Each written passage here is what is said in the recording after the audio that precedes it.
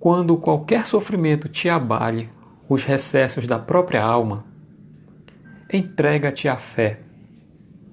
Refugia-te em Deus. Pensa em Deus. Confia em Deus e espera por Deus. Porque acima de todas as tempestades e quedas, tribulações e desenganos, Deus te sustentará. Para a gente entender assim, mais ou menos o que é o Cristo, além da figura de Jesus, além da personalidade de Jesus, mas a figura do Cristo, ou de um Cristo, nós vamos atrás de uma publicação de Kardec na Revista Espírita, que é de fevereiro de 1868, que é do espírito Lacordaire, que ele fala sobre esse tema, sobre o Cristo. Ele diz assim: ao lado de Deus estão numerosos espíritos que chegaram ao topo da escala dos espíritos puros. Depois eu vou explicar direitinho. Numerosos espíritos que chegaram no topo da escala dos espíritos puros e que mereceram ser iniciados nos seus desígnios para dirigirem a sua execução. Então Deus é quem comanda, esses espíritos fazem de acordo com a sua vontade, fazem a sua execução. E Deus, ele continua, escolhe entre esse grupo os seus enviados superiores, que são encarregados de missões especiais. Aí ele diz, podeis chamá-los Cristos. É a mesma escola, são as mesmas ideias, modificadas conforme o tempo. Então, esse trecho da Revista Espírita, o Lacordaire, ele nos dá uma ideia da figura de Jesus, que nós entendemos como um Cristo na Terra, mas colocado em termos não mais localizados. Não está mais na Terra Santa, não faz parte do povo escolhido. Ele não cita judeus, não cita gentios, não fala do planeta, mas coloca esse entendimento dos Cristos no plano cósmico, universal. Então existe um grupo que, ao lado de Deus, recebe os seus desígnios e cumpre a sua vontade. Estes são os Cristos. Ele usa a palavra no plural. Em cada, portanto, dependendo da missão, é realizada por um deles. Então, aqui na Terra, isso está explicado assim no livro A Caminho da Luz, de Emmanuel. É um livro muito interessante, que ele conta um pouco desses particulares, assim, acho que é num capítulo chamado A Gênese Planetária, e que fala da missão de Jesus, do Espírito, né, deste Cristo, segundo essa designação, na formação do planeta. Daí, lá para frente, ele usa um termo que chama a direção do orbe. Aí, em decorrência disso, está estabelecida a ideia de Jesus como governador do planeta. Então, este é um Cristo, um Espírito que chegou no topo da escala dos espíritos puros. Essa, obviamente, que como é na Revista Espíritas, que é depois do Livro dos Espíritos, e é lá que está descrito, o Kardec descreve essa diferença, né, a gradação na evolução espiritual. E aí, que chama de escala espírita, está no Livro dos Espíritos a partir da questão 100. E lá ele coloca didaticamente, né, assim, 3 ordens, 3 divisões de espíritos. Foi uma maneira para ele entender a diversidade de mensagens que chegava. Então ele, junto com os espíritos, classificou uma classificação didática, mas que serve para o nosso entendimento. A terceira, que seria na base, a dos espíritos imperfeitos, terceira ordem, onde o mal predomina, as más paixões são superiores às virtudes que começam a ser desenvolvidas. O segundo, que é a segunda, o segundo passo, é a dos espíritos bons. Ali, nesse nível, já o bem, o desejo do bem é que prevalece em, em, em comparação ao mal. E acima deles, na primeira ordem, é isso rapidamente, tá? E no primeiro, que está na primeira ordem, é o bem acima de tudo. É onde estão os espíritos puros, os espíritos de primeira ordem. Para a gente, antes de entrar nos detalhes dos espíritos puros, para entender o Cristo, para a gente, assim, quando a gente começa a estudar essas classificações assim, é natural que a gente tenha uma inclinação de nos colocar, né? Será que eu sou um espírito de terceira, de segunda? Será que às vezes eu sou de segunda, mas a maioria eu estou na terceira? Enfim. Aí tem um exercício que eu vi o Cosme Márcias fazendo uma vez, achei muito interessante. Ele perguntou assim, ele fez assim, né? Para a gente saber em qual ordem a gente está, se está na terceira, na segunda, na primeira, ou melhor, se é da terceira ordem, é só responder a seguinte pergunta. De vez em quando, não precisa ser sempre, não precisa ser sempre, né? Mas de vez em quando você sente ódio, inveja, ciúme, rancor, mágoa, desejo de se vingar, ressentimento. De vez em quando, só essas más paixões, se você sente de vez em quando, isso já caracteriza ele, segundo ele, como um espírito de terceira ordem, porque essas são as más paixões que predominam. E lá em cima, nos espíritos puros, que é sobre quem Lacordaire fala, diz... Kardec fala que tem a primeira ordem, só que ele diz que é no topo da escala dos espíritos puros. Então, chegando lá, ainda tem um caminho a percorrer. De regra, assim, quando a gente ouve alguém falando sobre a escala espírita, eu mesmo fiz um vídeo no YouTube e eu cometi essa gafe. Assim, a gente coloca sempre na forma de pirâmide ou de um triângulo, para dar a entender essas subdivisões, né, da base, do meio e do topo. Mas dessa maneira pode dar uma ideia de que os espíritos puros são em menor quantidade que os de terceira ordem. O que não representa uma informação que Kardec passou junto com os espíritos, que ele não colocou ele não passou essa ideia, ele só disse que existe uma subdivisão, na vertical, assim. Não passou nenhuma ideia de como uma figura como essa transmite, por exemplo. Mas que existe essa classificação, e lá no topo, Lacordaire fala, existe aí no caminho a percorrer. Então lá em cima, se fosse uma pirâmide, no ápice estariam os Cristos, os responsáveis por receber diretamente de Deus para execução de ordens especiais, né, de missões especiais. Então lá, os espíritos puros, eles percorreram já todos os graus da escala espírita e já se despojaram de todas as impurezas, de todas as imperfeições, que vão caracterizando os espíritos das ordens de baixo. Depois, segundo, isso aqui é muito importante, nenhuma influência eles têm da matéria. Sabe esse apego que a gente tem, assim, como o material nos atrai, o conforto, os prazeres, isso não os afeta mais.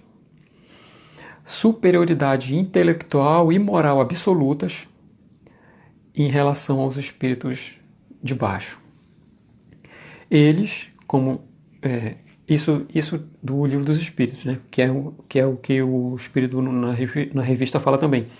São os mensageiros ou os ministros de Deus, para o nosso entendimento, cujas ordens são executadas com vistas à harmonia universal. Olha, não se trata de povos selecionados, exclusivos. É o universo que interessa. Então eles recebem o desígnio de Deus e cuidam do seu cumprimento. Unicamente é o amor que preside a existência desses espíritos, tanto no mundo espiritual quanto quando estão encarnados. Isso é uma base assim, para que a gente pense em Jesus. Vejam, Jesus, quem é, segundo esse entendimento, quem é Jesus, portanto, para o Espiritismo? Um espírito puro, segundo esse conceito, livre das influências da matéria que ainda a gente experimenta. Porque isso é uma coisa óbvia, até uma repetição do que eu já disse 2 vezes, mas onde é que está a importância disso? Porque essa é uma premissa para se estudar o Evangelho. Quer dizer, dependendo, porque como são textos que nos chegaram, a gente lê e interpreta de acordo com aquilo que a gente tem de elemento mental ali para trabalhar. Mas dependendo de como você entende Jesus, por causa da riqueza que os textos escritos normalmente têm, especialmente o grego, com toda a polissemia das palavras, possibilidades inúmeras de interpretação, dependendo de como você entende Jesus, muitas coisas você pode tirar da interpretação de um texto evangélico, que essa interpretação chama-se hermenêutica. Então, por que isso é importante estabelecer isso aqui? É porque isso faz com que a gente evite contradições nas palavras de Jesus. Kardec, inclusive, trabalha isso num capítulo especial chamado Estranha Moral, e nos permite entender certas coisas que ele diz que, aparentemente, se for levado assim no primeiro momento, né, pode dar a ideia de que está incitando a guerra, ou a discórdia, o desentendimento familiar, coisas que são completamente contrárias aos seus ensinos. Então, quando você tem isso como premissa, você vai atrás do ensino que certamente está por trás disso. Às vezes no contexto cultural e religioso que nos permite entender como é que aquilo que ele disse, aparentemente estranho, é uma recomendação ao bem e ao amor. Então essa é a figura de Jesus para a gente entender o seu papel no Evangelho como, dentro desse capítulo, né, a continuidade das revelações de Deus para a humanidade. Outro ponto que eu queria comentar é sobre a vinda de Jesus e o período que a gente está passando. Porque notem uma coisa, no Evangelho, no Livro dos Espíritos, Kardec faz um questionamento acerca de Adão. Se Adão foi o primeiro homem que existiu, e os Espíritos dizem que não foi o primeiro nem foi o último. Aí, curiosamente, logo na sequência, ele pergunta aí, que época viveu Adão? Eu falei, mas como se ele não foi, né? E ele diz, mais ou menos na época em que assinalaste, 4.000 anos antes de Cristo. Tá? O Emmanuel coloca esse entendimento de Adão, ou da raça adâmica, como aquele primeiro povo que veio na transição do mundo primitivo para de expiações e provas dar um impulso. Né? É como se a gente considerasse ali o início assim, dessa fase de expiações e provas, que hoje está assim, que nesse período que a gente vive está se encerrando, certo? 4.000 antes de Cristo. E aí vem Moisés, e aí vem Jesus. No ano 1 ali, século 1. Passa 4.000 anos, vem Jesus. E hoje, já se passaram 2.000. Então, desde o início do mundo, vamos dizer, da raça adâmica, que chegou à caracterização do mundo de provas e expiações, até hoje, passaram-se 6.000 anos. E esse período de como os espíritos colocam, a transição que está acontecendo, nós estamos entrando em uma nova fase. Tem uma música do Tim e Vanessa, que é Família Universal. Aí tem um verso lá pelo meio, que fala da gente como parte da família a caminho do milênio do amor. Por que eu estou citando isso? Para a gente lembrar, porque na semana passada a gente estudou os 10 mandamentos, e lá, o segundo ou o terceiro, dependendo da tradução que a gente pegue, é guardar o sábado, como se entende, né? Que a gente viu, na verdade não é guardar o sábado, é santificar as suas ações no sábado. Que são as suas ocupações, seus trabalhos, e há um período que é reservado para Deus. É o momento que você se reconecta com Deus, que é o sábado, é o 7º dia da semana. E curiosamente, não que a gente esteja forçando uma interpretação assim, mas se a gente for olhar, nós estamos entrando agora no 7º milênio, que pode até fazer assim, um paralelo com o 7º dia da semana judaica, que simbolicamente é o retorno, é a ligação da criatura com Deus. Exatamente o que esse momento nos chama a fazer. O próximo milênio, a de reconexão nossa enquanto criaturas com Deus. Mas é interessante a gente pensar o seguinte, que existe prazos para as coisas acontecerem. O espírito, na sua evolução, como é colocado no livro dos Espíritos, pode levar quanto tempo quiser. Mas as circunstâncias ao seu redor não está sob a sua vontade. Isso quem determina é Deus. Quer dizer, é como se fosse um ônibus, talvez, que seguisse viagem e que a gente embarcando pode fazer o que quiser durante esse período, pode descer em uma cidade, esperar o próximo passar, mas a viagem continua, porque ela tem um período e até um percurso determinado para acontecer. E dela a gente faz parte. Assim, a evolução no mundo. Agora está chegando o momento da outra fase e que nós, nesse período, tivemos a nossa oportunidade, os nossos tivessem oportunidade de aperfeiçoamento. E onde é que está isso descrito? Esses elementos para o nosso crescimento, que vem desde essa época, da época antiga, mas especialmente com Moisés, a partir dos 10 mandamentos que a gente estudou na semana passada. Então, lá, nós vimos o seguinte, nos 10 mandamentos,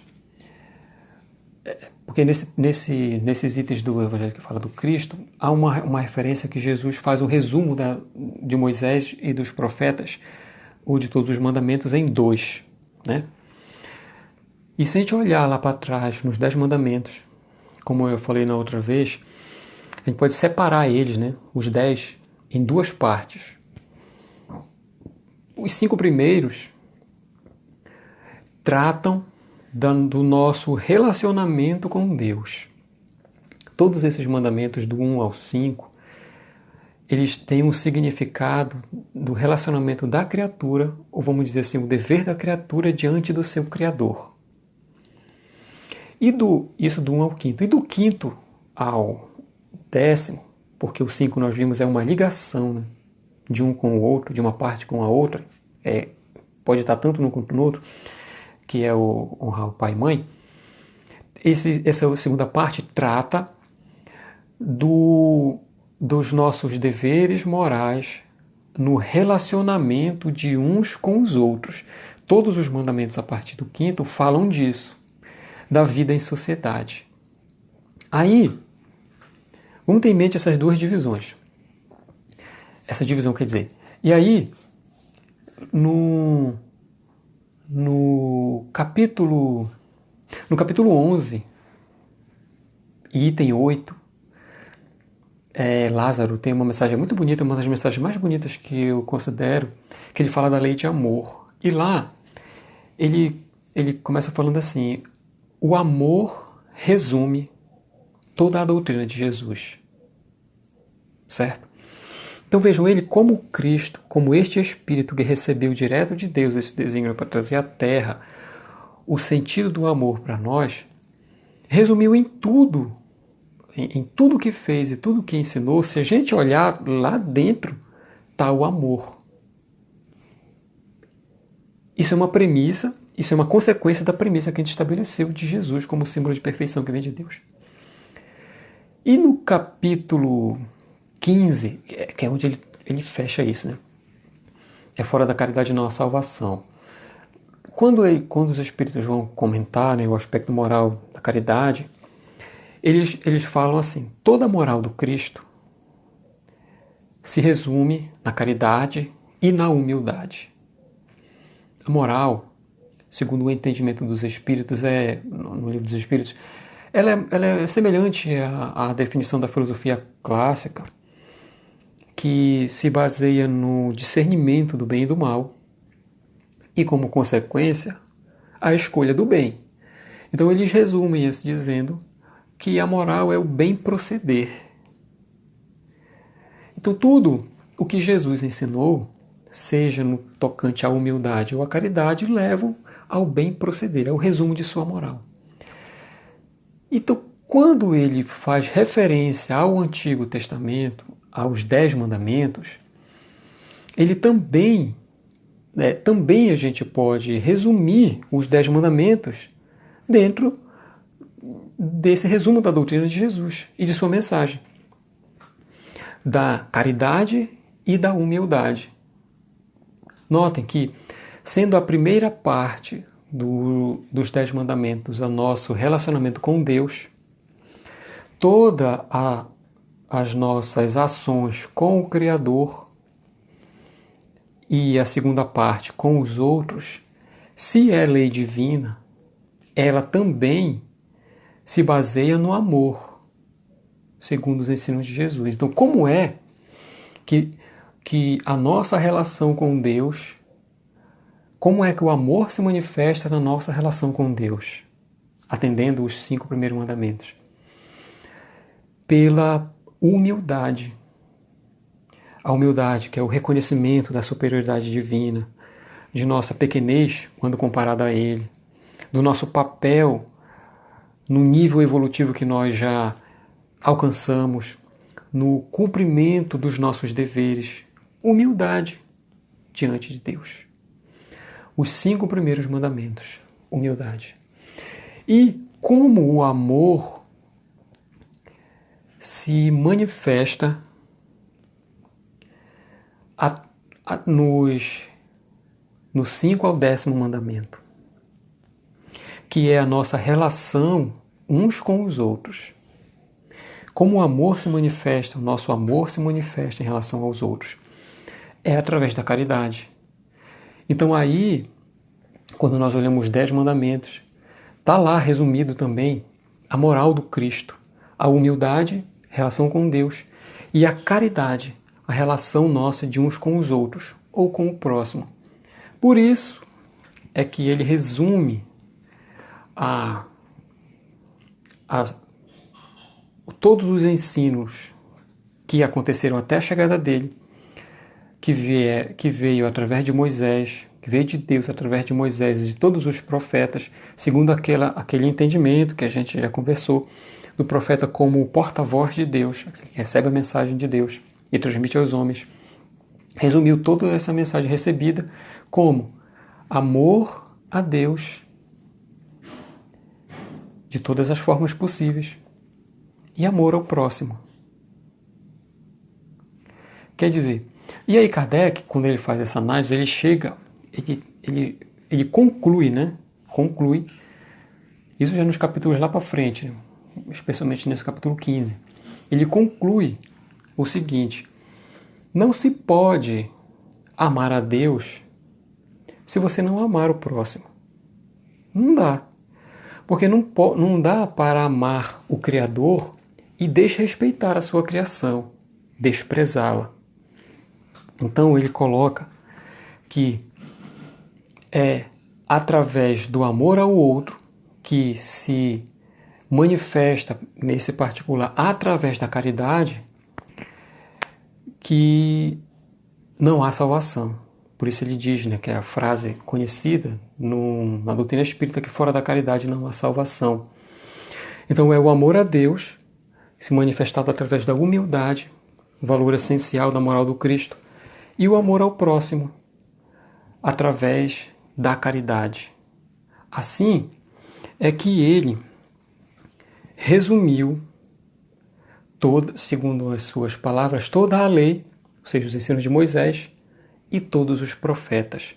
Quer dizer, tudo o que veio de Deus, pela faculdade mediúnica destas pessoas, se resumiu em ensinar a nós humildade e caridade, que são manifestações do amor. Aí, dessa maneira, a gente tem assim uma base para olhar para Jesus e entender a sua mensagem, que ele vem como a maior figura espiritual que o mundo conheceu, segundo a questão 625 do Livro dos Espíritos, para dar continuidade à execução de Deus no mundo, das leis de Deus no mundo. Primeiro veio com Moisés, para que daquele povo, a partir daquele povo, fosse se expandindo o conceito divino e o conhecimento de Deus. Depois com Jesus, ajustando, talvez esse seja um termo adequado, ajustando o nosso entendimento, porque ele se apoiou nos ensinos de Moisés, ensinando o amor, no sentido da continuação, a nos mostrar Deus por sua revelação. É por isso que ele chama, aquele termo usado, que é cumprir, cumprir a lei, ou como os espíritos interpretam, desenvolvê-la, e também adequá-la ao grau de adiantamento das pessoas que conviviam com ele, com os espíritos que conviveram com ele naquele momento, para compreender um pouco mais acerca de Deus. Um outro ponto é que, vindo da parte de Deus, do mundo espiritual, a posição superior máxima que a gente consegue conceber, veio mostrar, vivendo na Terra, vivendo na vida material, que a nossa origem é espiritual. Isso é uma revolução no pensamento, porque para a gente é algo óbvio até hoje. Mas conceber através de Jesus, primeiramente naquele momento, porque talvez tenha sido o ensino mais marcante, que depois foi coroado pelo que o Espiritismo veio mostrar, que é o próximo estudo. Que nós somos seres espirituais, que a vida é espiritual, que o objetivo de tudo que se vive aqui está na vida em cima, como Kardec chama, na vida futura, que é a vida espiritual. Foi isso que ele ensinou, essa visão espiritual que está na base dos seus ensinos também. Por isso que sem ela não é possível compreendê-lo na sua totalidade. Senão, como acontece na discussão acerca dos pesquisadores, acerca do Jesus histórico e do Jesus divino, são duas ideias antagônicas que elas não se tocam por causa do ponto de vista exclusivista. Uns consideram, se você considera apenas o ponto de vista material, Jesus pode ser classificado como um revolucionário, como uma figura moralista, como um santo, mas nada além disso. Os historiadores materialistas e também boa parte de religiosos do judaísmo não consideram Jesus no sentido como nós o compreendemos, porque as promessas de libertação que se esperavam as promessas do reinado, como rei dos judeus, não se concretizaram pelo ponto de vista material que se esperava. Pelo contrário, foi humilhado e desprezado. Portanto, não pode ser ele. A conclusão da visão materialista. Do outro lado, quando se tem o entendimento dessa componente espiritual que faz parte da vida, as coisas começam a se esclarecer. A gente não vê mais Jesus nos seus 3 anos de missão pública e sendo crucificado e ressuscitou, tudo bem, mas ficou por ali. A gente começa a perceber, conforme está explicado pelos Espíritos aqui, a sua presença e a sua figura na continuação da evolução do planeta, do qual ele veio dar a sua contribuição máxima. Todos os outros emissários que a gente conheceu e vai conhecer, vieram sob o seu comando. Imagine que desde a formação do mundo, vai esse, agora vai você, vai outro, vai Moisés, vai Elias, vai outros profetas, vai. Ele vai enviando e vai enviando. Mas só que ele também falou, não, vocês foram, mas eu também vou. E veio para mostrar no seu tempo o que era essa vida espiritual. É olhando para ela que a gente consegue ter uma noção mais exata da missão de Jesus aqui na Terra. Mostrar a vida espiritual. Mas também não disse, apesar disso, não falou tudo. E muitas coisas que foram ditas foram, como a gente consegue perceber, na verdade sem muito esforço, mas é possível perceber nas alegorias, nas sutilezas, conforme a gente tem alguma base, consegue perceber já alguma base, alguma semente sendo lançada para o entendimento futuro, que hoje a gente se debruça ainda estudando. E a cada análise, a cada leitura, a ampliação do nosso entendimento. Esse é Jesus. Então, vem falando aquele momento ao nível dos espíritos que convivem com ele, para que possam compreender. Mas outras coisas, como ele fala do mundo espiritual, não seria possível a compreensão total, porque há na base do judaísmo, da religião judaica, as práticas elas são muito objetivas, assim, concretas. Não tem muito espaço assim para filosofias, para ficar pensando, para imaginário. Os elementos da religião judaica eles são palpáveis, são práticos.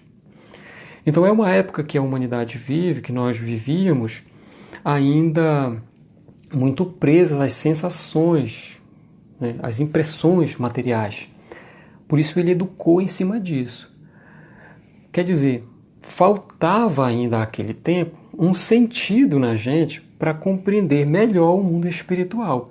E assim começar a entrar mais, de uma maneira maior, no entendimento da vida como um todo. Coisa que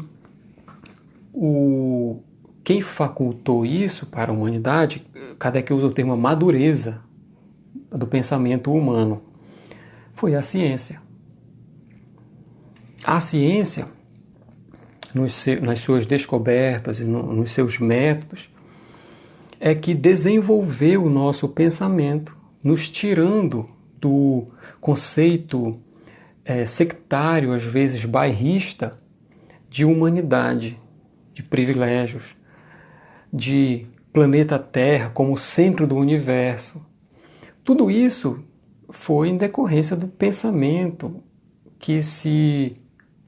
do raciocínio, né, que se estabeleceu com firmeza através do método científico. Então a gente foi começando, ao longo do tempo, entendendo onde nós estamos no universo. E o que há além da matéria. E isso coloca Kardec. São elementos que depois o Espiritismo veio oferecer, que é o próximo item que a gente vai estudar. Lá, para fazer uma introdução, Kardec se aproveita como cientista, como pensador, como da ciência. Talvez eu não encontrei assim em outro lugar, mas talvez tenha sido a primeira vez que um pensamento como consequência, pela sua consequência religiosa, foi tratado cientificamente, através de um método. E a beleza, conforme a gente vai estudando, assim, vai entendendo, não dá para não admirar a inteligência ou a sua sensibilidade para captar essa inspiração de tratar os fenômenos cientificamente. Por que isso é importante? Porque se não fosse assim, quando não há método, qualquer um pode opinar. Fora da ciência, é um campo livre, assim, é uma arena de debates onde estão presentes os debatedores, quanto mais aqueles que negam tudo sistematicamente apenas pelo prazer de se colocar em negação e etc. Então, se ele colocasse o seu estudo nesse campo, ele sofreria um prejuízo muito grande, porque não teria base. Da forma como ele fez, de maneira inteligentíssima, colocou o Espiritismo dentro da ciência. Porque na ciência é o seguinte, se você não concorda com uma coisa que for estabelecida cientificamente, o que é que você tem que fazer? Você pode dizer que não, pode dizer que não é aquilo, mas não tem efeito nenhum, porque você tem que utilizar ou propor um método, você tem que ir para dentro daquela arena, trabalhar um outro método ou repeti-lo para demonstrar que aquilo não é verdade. Aí sim, a opinião tem valor. Então isso ele trouxe para dentro da técnica os fenômenos espirituais. E a partir dali, do que é, né, para a gente o Espiritismo ou a doutrina espírita, aquilo que Jesus não pôde dizer, porque nos faltaria os elementos para a compreensão, agora foi desvelado, foi retirado o véu. E nós podemos olhar agora tranquilamente para o mundo espiritual. Tanto que, vejam como alguns de vocês devem ter visto talvez o choque que algumas pessoas tiveram, até a descrença, quando surgiu quando se popularizou, na verdade, né, o livro Nosso Lar, que fala da vida no mundo espiritual, que fala de ministérios, fala de casas, fala de uma ordem, de organização, de transportes, de tudo. E que mesmo hoje, isso é imaginação. Onde é que isso vai existir? Não dá para tocar, não dá para entender. Hoje, imagine a época de Jesus. Por isso, ali, em alguns momentos, ele fala com sutileza, mas hoje com os elementos a gente já consegue compreender, quando ele diz: há muitas moradas na casa de meu pai, falando dos diversos globos habitados, dos diversos níveis espirituais, patamares de evolução, cidades, colônias, etc. Ou o outro capítulo, né, o seguinte: o meu reino não é deste mundo.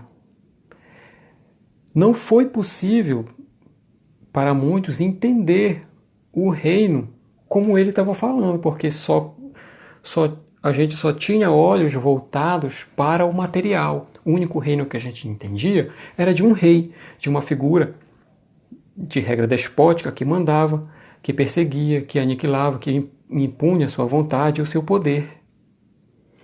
Mas um reinado espiritual não foi possível compreender. Hoje nós compreendemos. Mas por quê?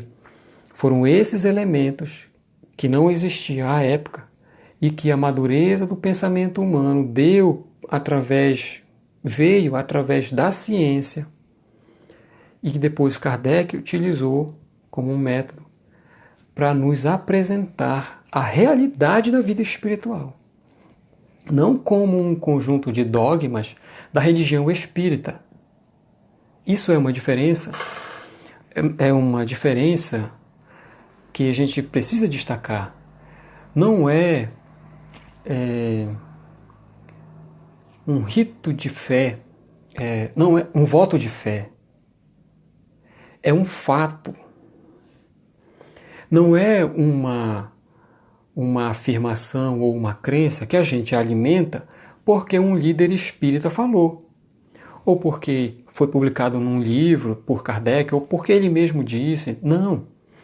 É porque foi demonstrado pela ciência que ele utilizou como método. Então essa é uma diferença fundamental, daí a importância de ele ter feito da forma que fez. Porque assim ele sai de cena. Se não fosse dessa maneira, enquanto ele estivesse encarnado, ele poderia responder como sempre fez, responder aos questionamentos, às críticas e tudo, e defender a sua posição.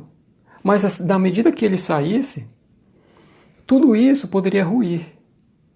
Mas como ele se apoiou no método científico, que nós vamos falar no próximo estudo, ele deixou para a própria ciência a defesa. Então, se alguém não concorda, não acredita ou combate essa ideia, que estabeleça o seu método científico, que pesquise, que experimente, que tire as suas conclusões e aí as publique. É assim que a ciência funciona. Então ele sai e deixa a ciência seguir o seu curso. Foi ela, portanto, que nos mostrou, o que temos hoje, a realidade do mundo espiritual. Então, mais do que a época que nós vivíamos, ao tempo de Jesus, hoje nós temos uma compreensão. Se antes era uma ideia, uma vaga intuição que a gente trazia após a encarnação, hoje nós temos a certeza, porque está demonstrado, de que nós somos seres espirituais, vivendo temporariamente a experiência carnal. E à medida do nosso respeito à lei, lembra dos 10 mandamentos lá, em relação a Deus e em relação ao próximo, está naquilo que nós fazemos aqui. As consequências de se obedecer à lei, de amar a Deus, de amar ao próximo, né, resumidamente, para o espírito, está no gozar da felicidade, da paz. Esse é a consequência de se viver de acordo com a lei de Deus. Quando você obedece, você se sente bem, porque você está em harmonia com a lei. Mas basta uma falta leve, ou uma falta grave, né? Basta uma falta para a gente sentir algo que vai de um leve incômodo até a loucura, porque nos afastamos da harmonia que a lei divina proporciona para quem a obedece. Então hoje a gente compreende muito mais do que antes. E pelo nível de desenvolvimento no nosso pensamento, a gente pode talvez mais do que em outros momentos, decidir conscientemente pelas nossas atitudes. E assim, mais ainda, temos os méritos e as responsabilidades daquilo que vai nos acontecer quando a gente sair daqui, quando terminar essa jornada. É assim, para concluir, o nosso tempo já está chegando, que Jesus veio mostrar àquele tempo uma parte da lei divina, a parte do amor, mas deixa para o futuro a revelação de outras coisas que ele não pôde dizer, mas que falou, como o Espírito coloca, ele falou de quase tudo, ele falou mais ou menos de quase tudo. Lançou sementes daquilo que não foi possível compreender naquela ocasião, mas que agora nós temos a capacidade, porque temos a doutrina espírita que nos esclarece os pontos ocultos de que não foi possível Jesus explicar, porque nos faltava a visão espiritual, faltava a componente espiritual da vida, para que a gente pudesse compreendê-la e, compreendendo, aceitar, que é o conceito que Kardec utiliza para a fé raciocinada. Para encerrar, pedir a Deus, nesse momento, que abençoe cada um de vocês. Estamos passando por um momento difícil, mais difícil para alguns do que para outros, mas um momento de solidariedade, de apoio, de caridade, onde nós, como espíritas, estamos sendo, pelas circunstâncias, mas também pela nossa consciência, chamados a fazer o bem dentro daquilo que está no nosso alcance, seja pelas formas que cada um pode ter, mas pela prece, pela doação, pelo simples fato de permanecer afastado do convívio, né? Pela preservação da vida, que Ele ilumine cada lar, cada criança, cada idoso, os maridos, as esposas, todos que estão sob o mesmo lar, chamados pelas circunstâncias a olhar nos olhos uns dos outros, a pedir perdão, a abraçar e encontrar agora é um retorno ao que acontecia lá no tempo de Abraão, quando não havia igreja, não havia templo, e a devoção a Deus se fazia dentro de casa, ao redor da mesa. Então nós estamos voltando para esse tempo e pedimos a Deus e a nosso Senhor Jesus nos fortaleça esse momento para que a gente compreenda o nosso papel e possa tirar proveito dele, saindo melhor dessa situação do que quando começamos. Muito obrigado por todos vocês estarem aqui mais uma vez e peço a Jesus abençoe cada um. Muito obrigado.